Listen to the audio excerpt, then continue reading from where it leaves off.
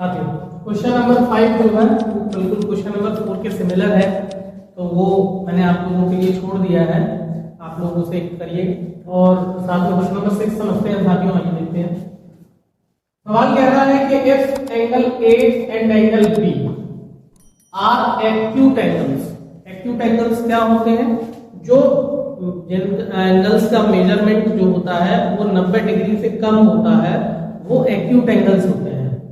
क्या होते हैं? Acute angles. जिन एंगल्स का मेजर 90 डिग्री से कम होता है वो एक्यूट एंगल्स होते हैं। तो आपको पता है साथियों कि एक ट्रायंगल के तीनों एंगल 180 के होते हैं। अगर उसमें से एक एंगल 90 डिग्री का होगा तो जाहिर सी बात है कि बाकी के दो जो होंगे वो 90 से कम के ही होंगे। तो वो जो 90 से कम वाले जो एंगल्स हैं वो ए और बी है, हमने लिख दिए हैं ए और बी। इस तरीके से है कि cos A की वैल्यू जो है वो cos B के बराबर है। cos A की वैल्यू जो है वो cos B के बराबर है।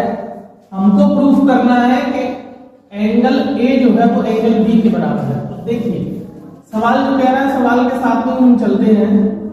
सवाल क्या दिया है हमको? गिवन दैट हमको दिया है कि cos A बराबर है cos B। अब आप मुझे बताइए साथियों, अगर A पर थीटा होगा तो परपेंडिकुलर क्या होगा? BC, और बेस क्या होगा? AC। मेरा cos क्या होता है? Base upon hypotenuse. तो बेस क्या होगा? बेस होगा मेरा AC। बेस होगा मेरा AC और हाइपोटेन्यूस होगी मेरी AB। cos B, अगर मैं इस थीटा को A पे से हटा करके B पे लगाऊं B पे, तो ये मेरा परपेंडिकुलर होगा और मेरा बेस होगा BC। क्या होगा साथियों? BC मेरा बेस होगा और हाइपोटेन्यूस मेरी AB। ठीक, अब आपको दिख रहा होगा कि AB इधर भी है, AB इधर भी है, तो AB से AB कैंसिल आउट हो गया, तो क्या बचा? AC बराबर है BC। हमने कहीं पहले एक थ्योरम पढ़ी थी कि किसी ट्रायंगल के अंदर जो साइड्स इक्वल होती हैं उनके ऑपोजिट एंगल्स भी इक्वल होते हैं। यानी कि आपकी AC जो है वो BC के बराबर है, तो ये दोनों एंगल्स भी क्या होंगे साथियों?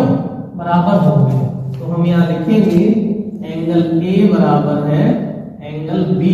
क्यों? कारण लिखेंगे एंगल्स